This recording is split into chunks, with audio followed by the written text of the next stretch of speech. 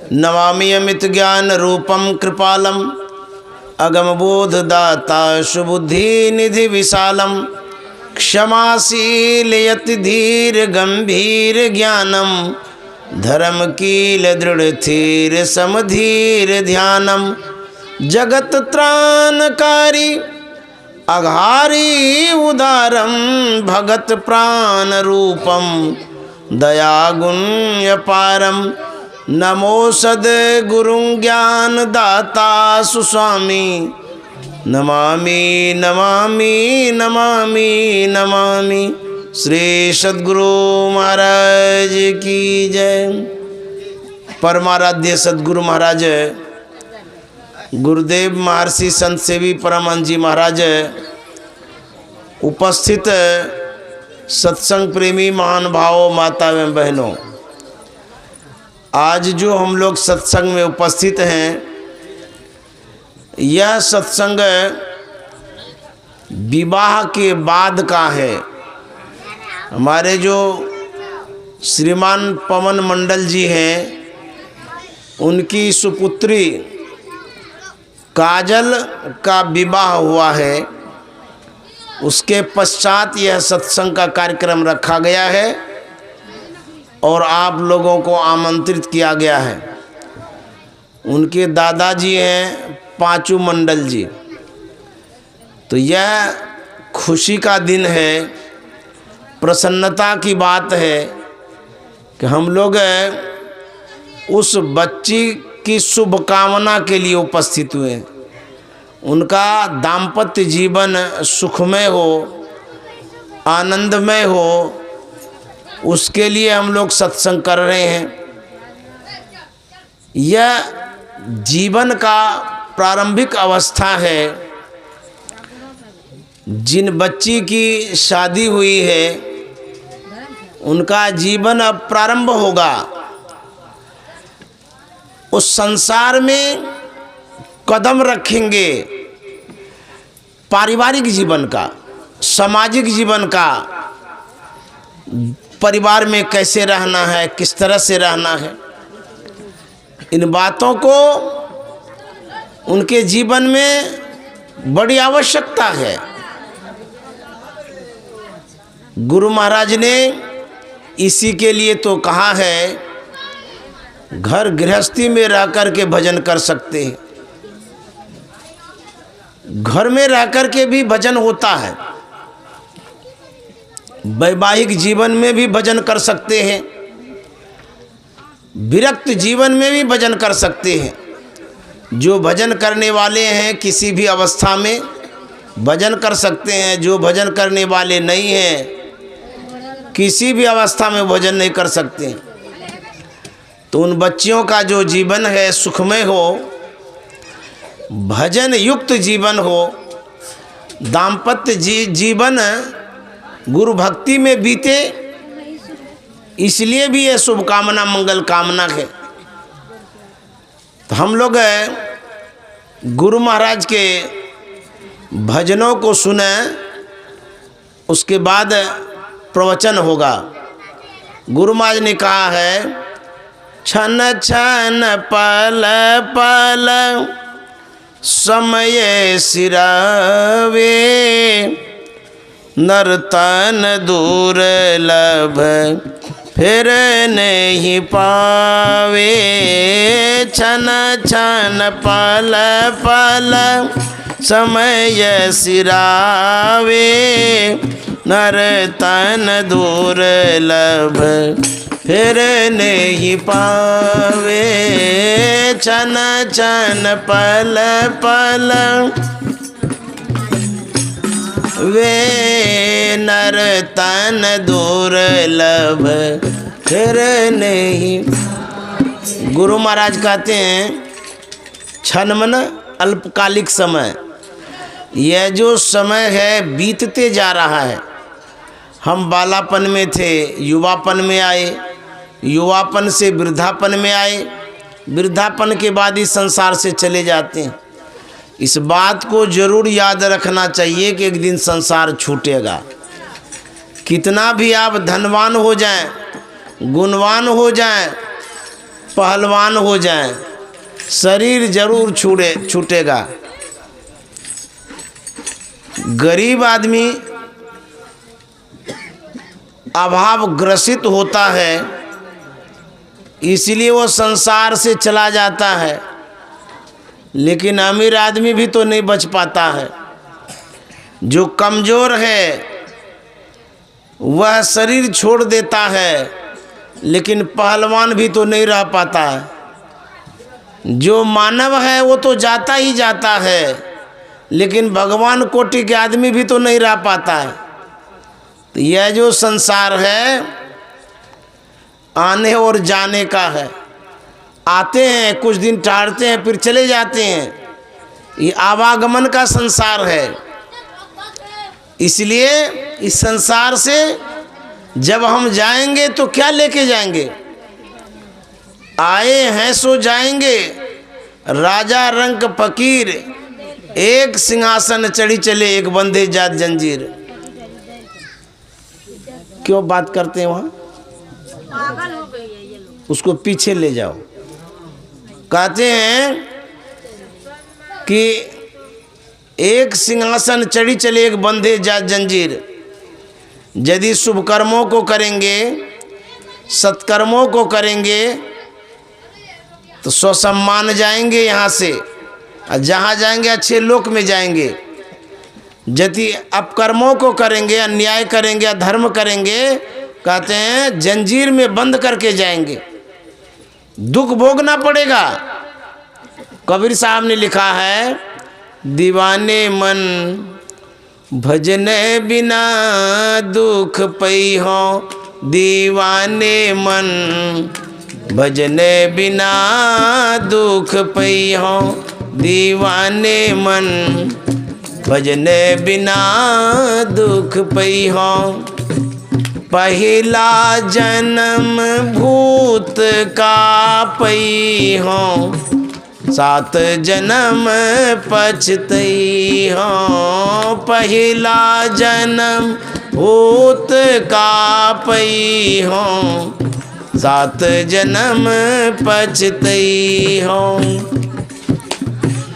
कांटे पर ले पानी पई हो, कांटे पानी पई हो, प्यासन ही मरी जई हो। दीवाने मन भजन बिना दुख पई हो, दीवाने मन भजन बिना दुख पई। यदि भजन नहीं करेंगे तो दुख भोगना पड़ेगा।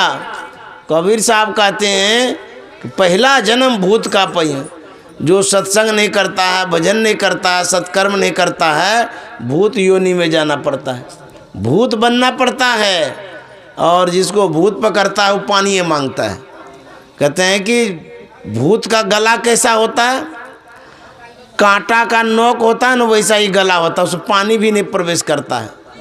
भजन नहीं करेंगे तो भूत बनना पड़ेगा, 84 लाख योनि में जाना पड़ेगा, बहुत कष्ट भोगना पड़ेगा। संत महात्मा कहते हैं, नर समान नहीं कवनियु देही, जीव चराचत जांचत जेही। नर समान, ये जो शरीर है मानव का, इस मानव शरीर के समान और कोई शरीर नहीं है। हम लोग हाथी की बड़ाई करते हैं, बड़ा विशाल शरीर है, प्रणाम भी करता है कुछ आदमी, पूजा भी करता है हाथी का, मान सम्मान भी करता है हाथी का। क्या आप हाथी बनना चाहेंगे? जब इतना गुणगान करते हैं, नाम लेते हैं, प्रणाम भी करते हैं हाथी को, बनिएगा? नहीं नहीं, हम हाथी नहीं बनेंगे। क्यों? तो केला खाना पड़ेगा, केला का गाछ, पत्ता खाना पड़ेगा, घास भूसा खाना पड़ेगा। और अभी हम मानव हैं, हलवा पूड़ी रसगुल्ला खाते हैं, हम क्यों हाथी बनेंगे? गाय की पूजा करते हैं, गौ को माता भी कहते हैं, पूजा भी करते हैं, गौ माता के समान हम लोग मानते भी हैं। गाय माता दूध भी पिलाती है, जीवन भर पिलाती है दूध। मान लिया जाए आपको कहा जाएगा आप गाय बनिएगा, तो कहेंगे नहीं नहीं गाय हम नहीं बनेंगे। भले गाय से हम सुविधा ले लेंगे, दूध ले लेंगे, गाय को काम में हम भले ले लेंगे, लेकिन गाय नहीं बनेंगे। बहुत लोग कुत्ता पालता है, जानते हैं शहर में वीआईपी लोग सब कुत्ता पालता है। बड़ा बड़ा आदमी, पैसा वाला आदमी पलंग पर रखता है कुत्ता को, इतना खर्चा करता है जितना कि आपके घर में एक नौकर का भी नहीं खर्चा होता होगा। का एक आदमी का खर्चा उस पर बैठ जाता है। कपड़ा लत्ता भी देता है, उसका अलग होता है, खाना भी अलग होता है, ट्रीटमेंट भी अलग होता है, दवाई पानी अलग अलग ढंग का होता है। एक बार मैंने पूछा था कि आप घर में कुत्ता रखते हैं, ठीक नहीं है न? कुत्ता बड़ा अच्छा होता है, वफादार होता है और इंसान से अच्छा होता है। हम बोले कि अच्छा ठीक है, इतना तो गुणगान कर दिए कुत्ता का, आप कुत्ता बनिएगा? बोले नहीं, कुत्ता कैसे बनेंगे? तो हम बोले कुत्ता नहीं बनिएगा, लेकिन कुत्ता बनने की तैयारी तो आप कर रहे हैं। बोले कैसे कर रहे हैं? बोले कि जिसका संग करिएगा ना वैसा का रंग लगेगा। कुत्ता का संग करिएगा तो कुत्ता का संस्कार बनेगा, और जैसा संस्कार बनेगा वैसा जन्म होगा। गुरु महाराज कहा करते थे सब प्राणी में अलग अलग गुण होता है। जैसे मानव है उसमें उच्च कोटि का गुण है, जानवर है निम्न कोटि का गुण है, जानवर में भी अलग अलग क्वालिटी है। आप कुत्ते को गुण को देखिएगा, उससे बढ़कर के हाथी में अच्छा गुण होता है। कुत्ता से भी नीचे यदि चले जाइए, कौवा का गुण देखिए तो कुत्ता से भी बदतर गुण है। तो सब प्राणी में अलग अलग गुण होता है, चाहे वो मछली हो, बकरी हो, बकरा हो, घोड़ा हो, गधा हो, कोई भी हो, उसमें जानवर वाला गुण है, विशेष अज्ञानता उसमें है मानव की अपेक्षा। मानव में विशेष गुण है लेकिन जानवर में कम गुण है। हम मानव हैं, भजन गा सकते हैं, जानवर भजन गाता है। हम मानव हैं, अपनी संवेदना व्यक्त कर सकते हैं, अपने भावों को एक दूसरे से बांट सकते हैं।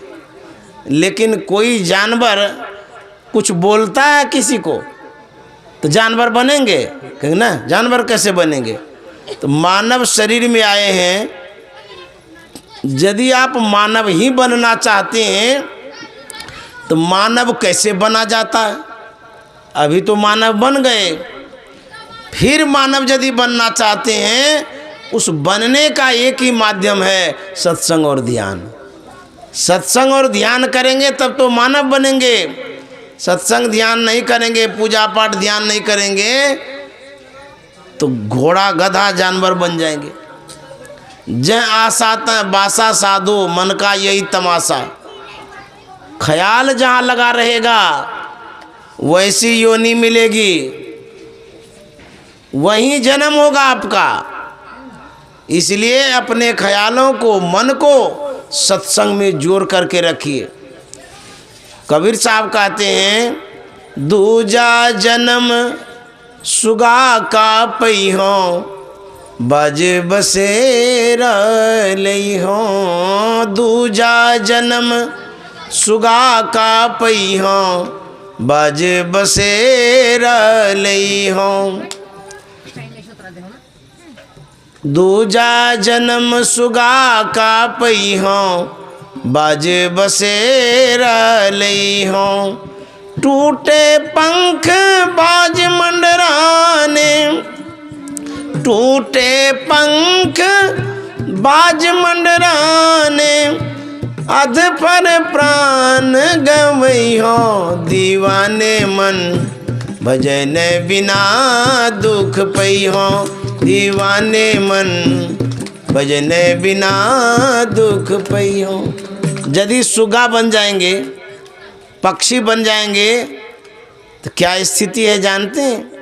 हम लोगों के पेट में दर्द होता है तो टैबलेट लेते हैं, डॉक्टर के पास जाते हैं, मेडिकल में इलाज कराते हैं, हॉस्पिटल चले जाते हैं, और वो जो सुग्गा है, चिड़िया है, उसके भी पेट में तो दर्द होता होगा, वो कहाँ से इलाज कराएगा? उसको तो ज्ञान ही नहीं है, वैसे छटपटा के मरता है। हम लोग विवेकशील प्राणी हैं, घर बनाते हैं मिट्टी का, ईटा का, खपड़ा का, चदरा का, इस तरह से घर बना करके हम घर में सुरक्षित रहते हैं।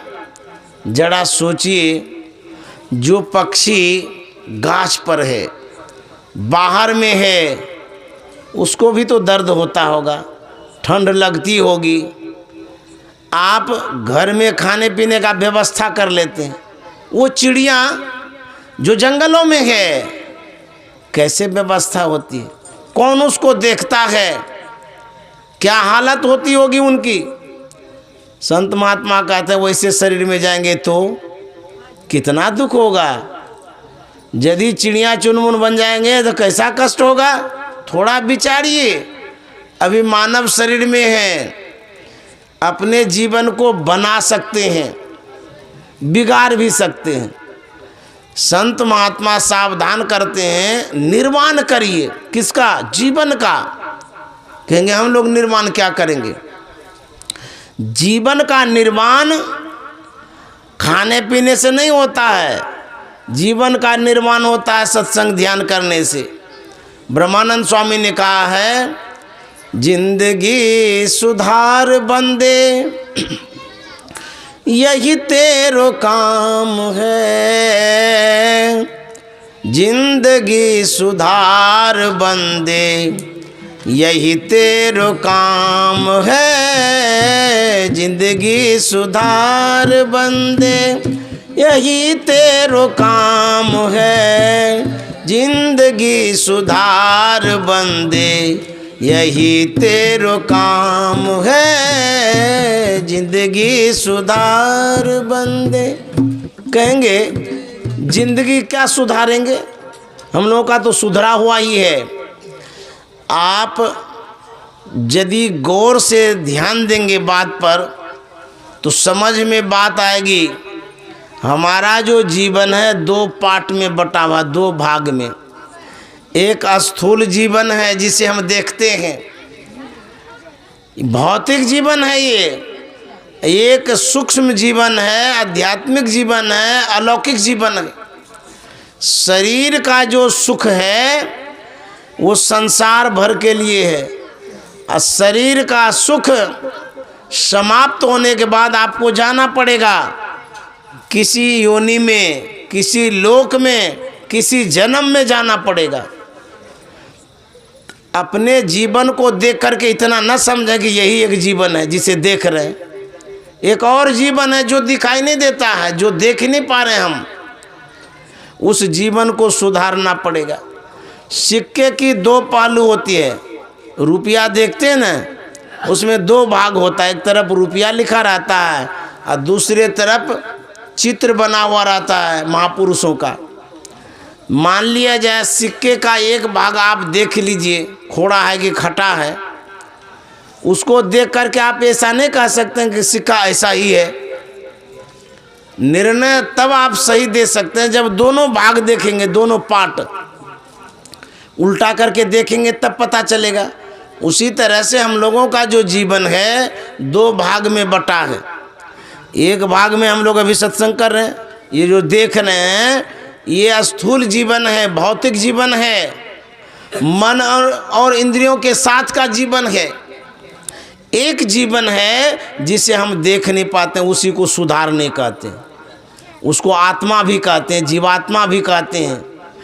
यह शरीर खोल है, इस पिंजड़े में हम हैं। आपको हम पूछेंगे आप हाथ है कि नहीं? हाथ तो मेरा है। पैर है कि नहीं? पैर तो मेरा है। पेट है कि नहीं? पेट भी मेरा है।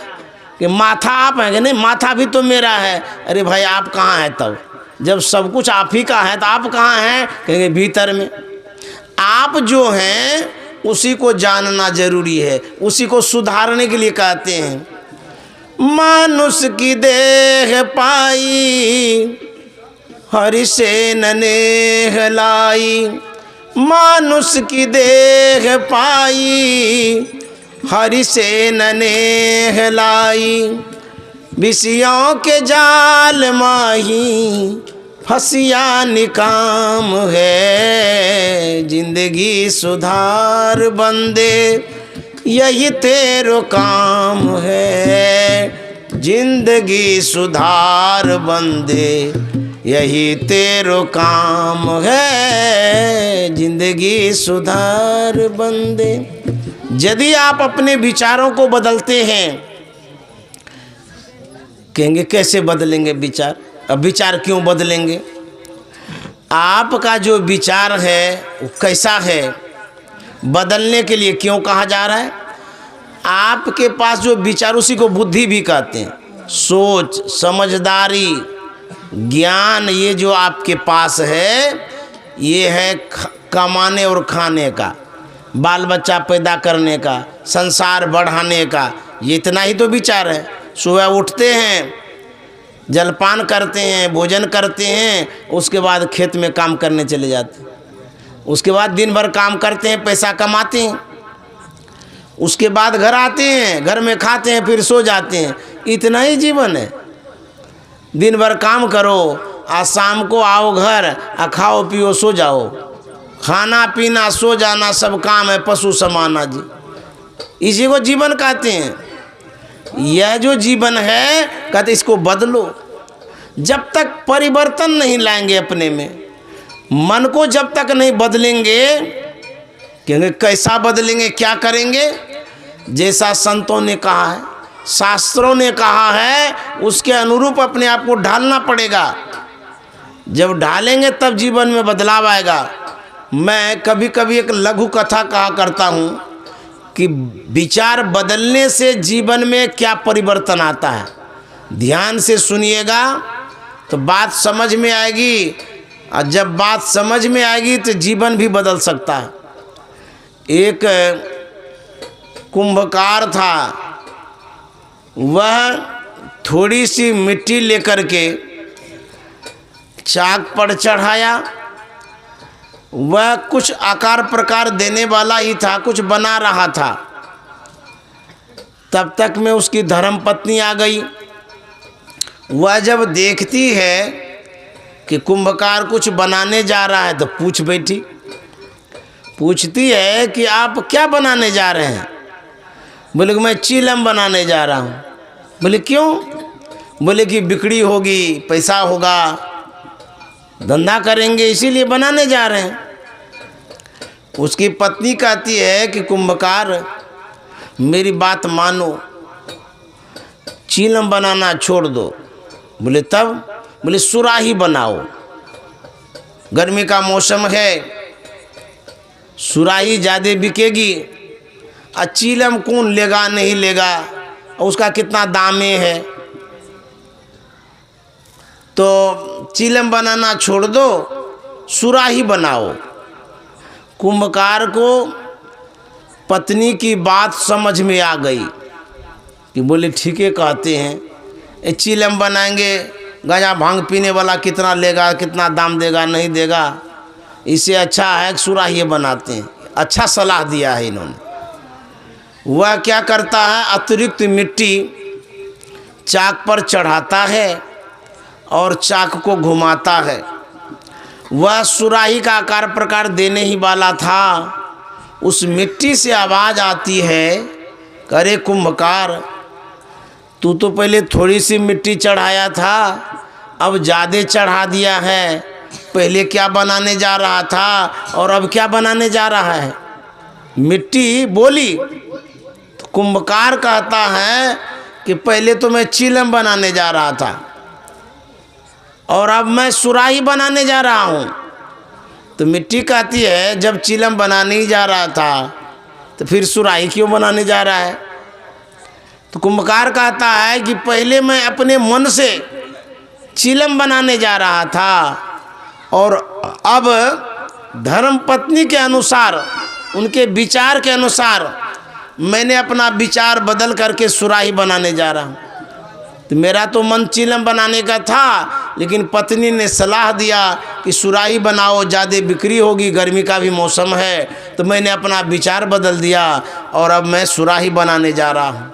तो मिट्टी कहती है, अरे कुंभकार, तुमने तो अपना विचार ही बदला, मेरा तो जीवन बदल गया। कुंभकार कहता है, कैसे जीवन बदल गया आपका? मिट्टी कहती है कि यदि मैं चिलम बन जाती तो मेरे चिलम में आग लगाता है ना, जो गया भांग पीता है, पहले आग लगाता है, उसके बाद सौंठता है, धुआं फेंकता है। तो मिट्टी कहती है, यदि मैं चिलम बन जाती, मैं स्वयं जलती, आग लगाता तो जलबन करेगी, मैं स्वयं जलती और जो पीता उसके कलेजे को जलाती। अब मैं सुराही बनने जा रही हूँ, सुराही बनूंगी, मेरे अंदर में शीतल जल रहेगा, मैं स्वयं शीतल रहूंगी और जो जलपान करेंगे उसके कंठ को भी शीतल कर रखूंगी। इसलिए मेरा जीवन बदल गया। तो विचार बदलने से जीवन बदलता है। गोस्वामी तुलसीदास जी महाराज ने कहा है, काक होई पिक बकऊ मराला, मज्जन फल देखिए तत्काला। कौवा कोयल हो जाता है, अब बगुला हंस हो जाता है। अर्थात जो संत महात्माओं को मानते हैं, जानते हैं, उनके विचार के अनुरूप यदि चलते हैं, उनके जीवन में अद्भुत परिवर्तन होता है। वाल्मीकि नारद घटयोनी, निज निज मुखनि कही निज होनी। वाल्मीकि हत्यारा था, संतों के विचार को अपनाया, माना, अपने विचार को छोड़ दिया, उनके जीवन में कितना परिवर्तन आया। मुनि बन गए, महान हो गए। नारद मुनि दासी का पुत्र था, उनके जीवन में कितना परिवर्तन हो गया, संत हो गए। इस तरह से विचार में जब बदलाव आता है तो जीवन में परिवर्तन होता है। यदि संतों के शरण में जाते हैं, संत के संग में जाते हैं तो क्या होता है?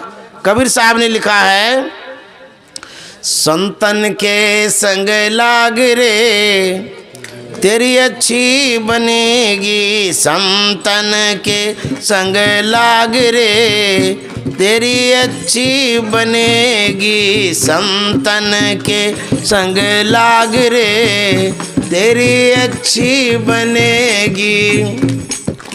अच्छी बनेगी तेरी किस्मत जगेगी, अच्छी बनेगी तेरी किस्मत जगेगी। होए बड़ो तेरो भाग रे तेरी अच्छी बनेगी, होए बड़ो तेरो भाग रे तेरी अच्छी बनेगी। संतन के संग लाग रे तेरी अच्छी बनेगी, संतन के संग लाग रे तेरी।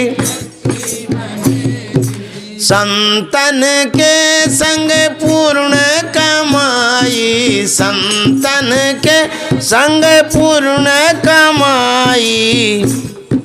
राम चरण अनुराग रे तेरी अच्छी बनेगी, राम चरण अनुराग रे तेरी अच्छी बनेगी। संतन के संग लाग रे तेरी अच्छी बनेगी, संतन के संग लाग रे तेरी।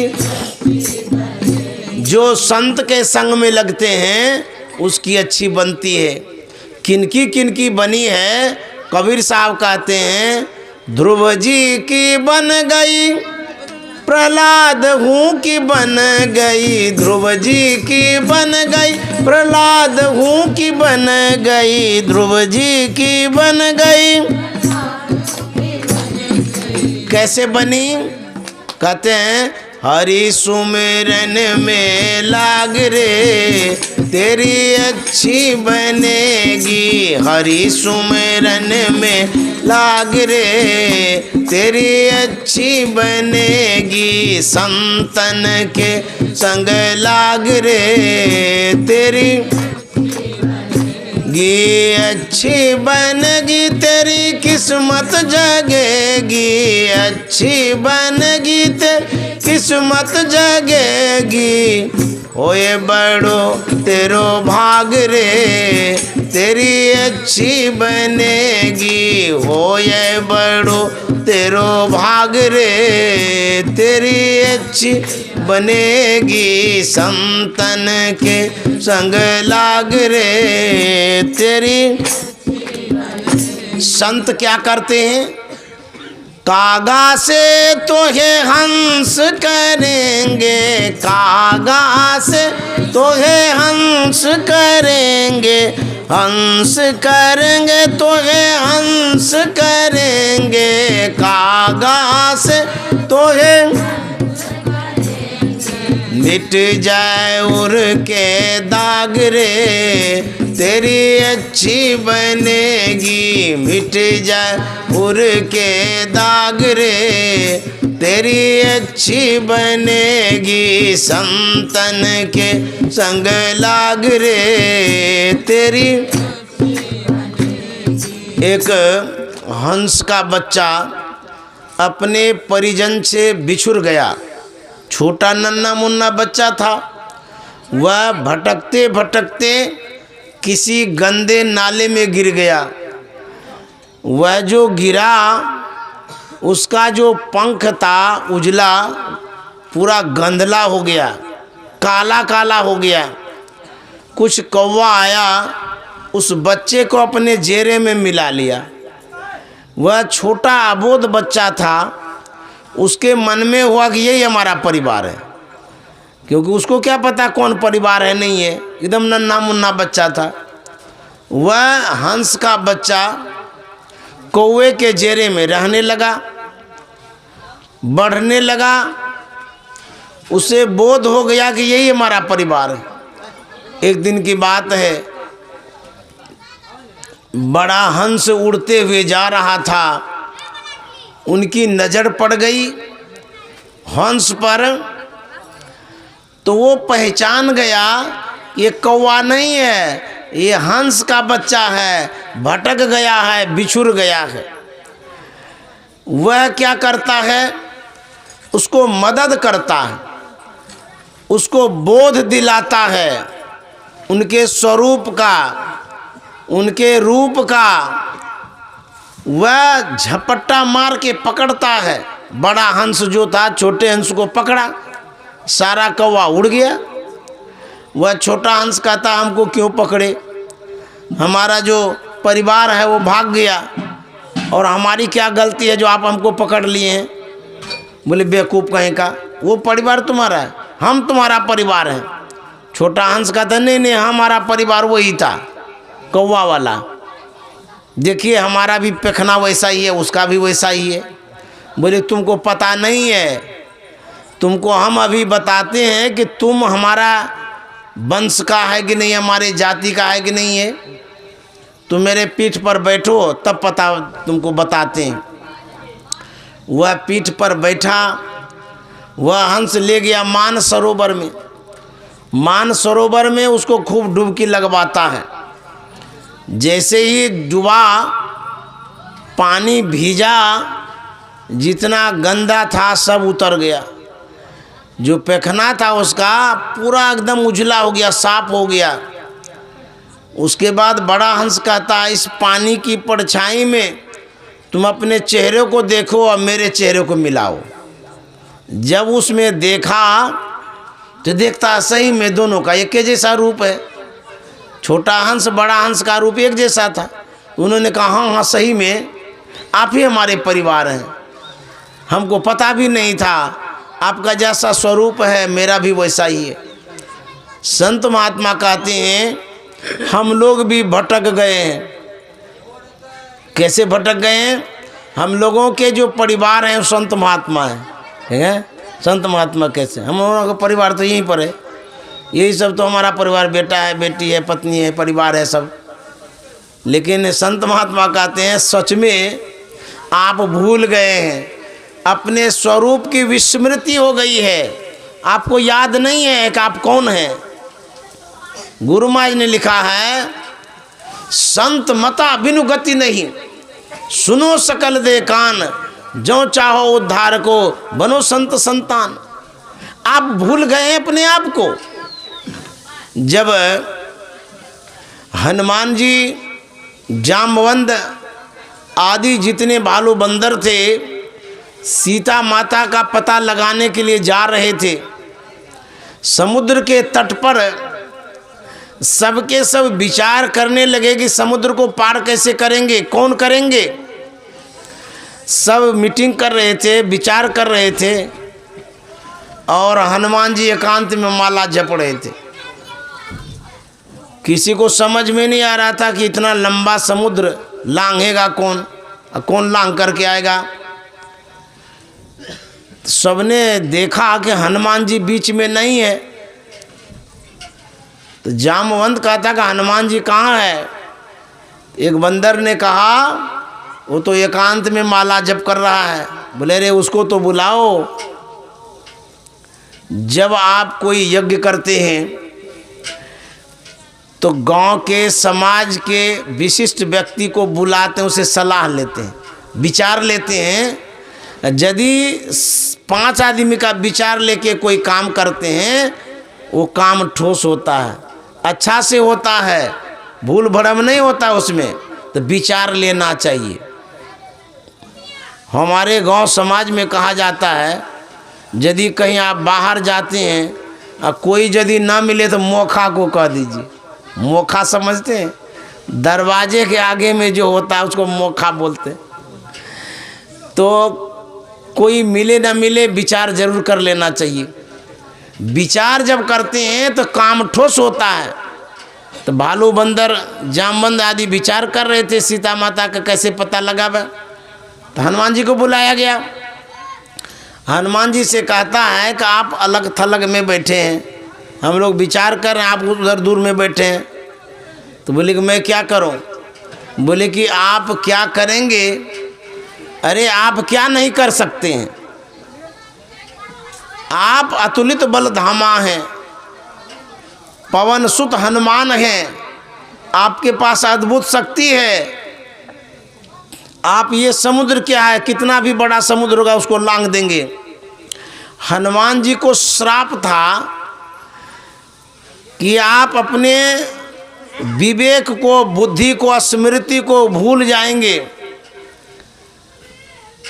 फिर अनुनय विनय करने के बाद हनुमान जी से उस श्राप के बाद कहा गया था कि कोई स्मृति दिलाएंगे तो याद आ जाएगा, सब बल तुम्हारे पास आ जाएगा। तो वही जामवंत हनुमान जी के शक्ति को उजागर करते हैं, बताते हैं। तो जैसे ही बताए हनुमान जी पुनः उसी शक्ति में आ गए पूर्वत। तो हनुमान जी को सब शक्ति हो गया। उसी तरह से जब सत्संग सुनते हैं तो सत्संग सुनने से आपको अपने स्वरूप का बोध होगा, ज्ञान होगा, तब आप ध्यान भजन करेंगे। सुनेंगे ही नहीं तो करेंगे क्या? करेंगे नहीं तो मिलेगा क्या? इसीलिए सुनना जरूरी है। वही याद दिलाने के लिए सुना रहे हैं। संत महात्मा कहते हैं जैसे हंस का बच्चा पानी के परछाई में अपने चेहरे को पहचान लिया, ठीक उसी तरह से संत महात्मा हम आपको कहते हैं, बताते हैं, ज्ञान रूपी दर्पण में अपने आप को जब देखिएगा तब पता चलेगा आपका अपना कौन है। अपने आप को भूल गए हैं। ये भूलने के कारण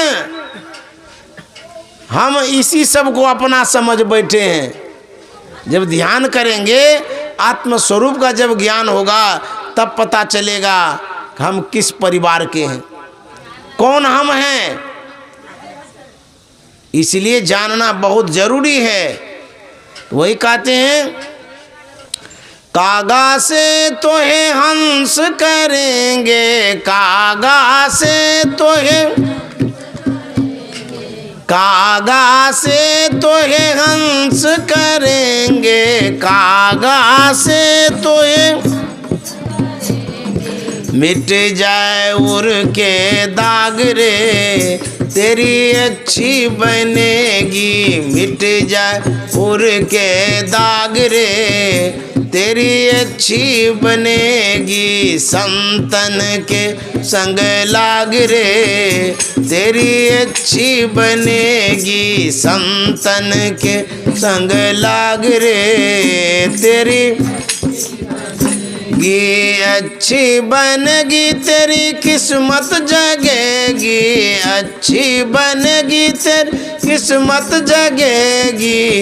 होए बड़ो तेरो भाग रे। तेरी अच्छी बनेगी, होए बड़ो तेरो भाग रे। तेरी अच्छी बनेगी, संतन के संग लाग रे। तेरी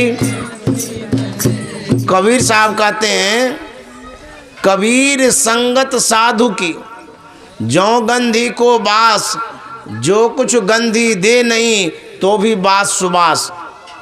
कबीर साहब कहते हैं, संग करिए किसका? कहता सज्जन का, साधु का, संत का। इससे क्या होगा? कहते हैं यदि संत का संग करेंगे, उनकी नैसर्गिक आभा आप में समाएगी। जितने मानव हैं या प्राणी हैं, सबके अंदर में अपनी अपनी आभाएं होती है, नैसर्गिक आभा होती है। आभा किसे कहते हैं? आभा गुण को कहते हैं, स्वभाव को कहते हैं, चरित्र को कहते हैं, विचार को कहते हैं। सबके अंदर अलग अलग आभाएं हैं।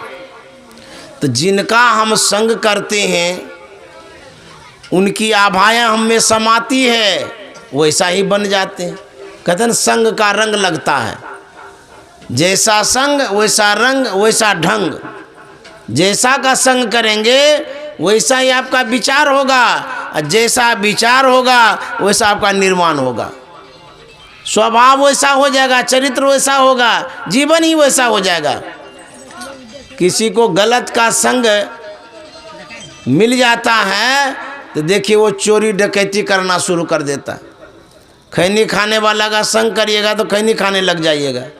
शराब पीने वाले का संग करिएगा तो शराब पीने लग जाइएगा। जुआ खेलने वाले का संग करिएगा तो जुआरी बन जाइएगा। ड्राइवर का संग करिएगा तो ड्राइवर बन जाइएगा। तो जिसका संग करिएगा उसका रंग लगेगा।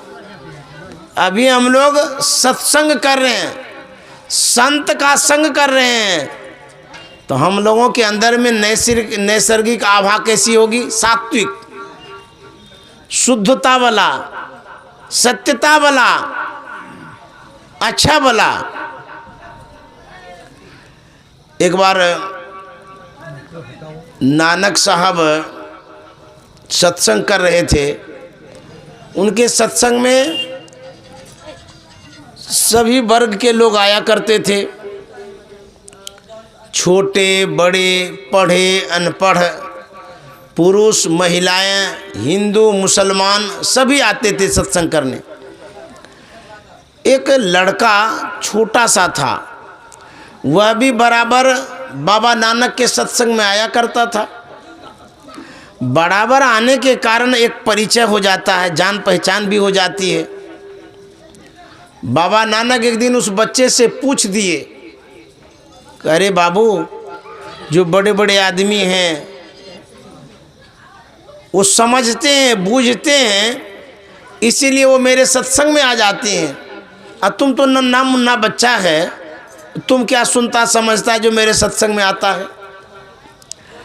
वह बालक कहता है कि बाबा, जब मैं घर पर होता हूँ, जिस समय मेरी माँ भोजन बनाती है, तो मैं चूल्हे के पास बैठा रहता हूँ। मैं देखता हूँ माँ को, जब वो मोटी मोटी लकड़ियों को चूल्हे में डालती है तो देर से जलती है, जब पतली पतली टहनियों को चूल्हे में डालती है तो जल्दी जल जाती है। यह देख करके मेरे मन में प्रेरणा हुई कि जो बड़े बड़े आदमी हैं वो तो मोटी मोटी लकड़ियों के समान है, वो देर से मरेंगे। जो छोटे छोटे नन्हे मुन्ने बच्चे हैं वो पतली टहनियों के समान हैं, वो जल्दी मर जाएंगे। इसीलिए आपके सत्संग में आ जाता हूँ।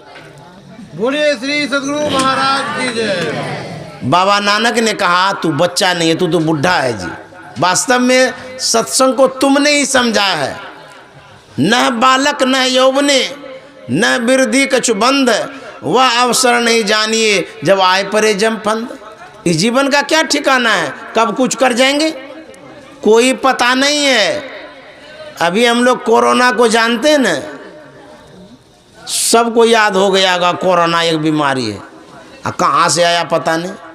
बच्चा भी जान गया ये कोरोना कोरोना, क्योंकि 2 साल तक वो कोरोना ने हमको पढ़ाया, नाम रटवा दिया कोरोना कोरोना, डरा भी दिया, भयभीत कर दिया।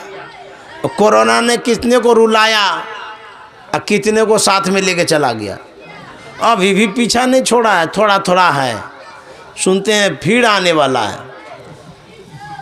बड़ा बदमाश है, कहाँ से आता है कोरोना जो है ना, कितना को लेके गया।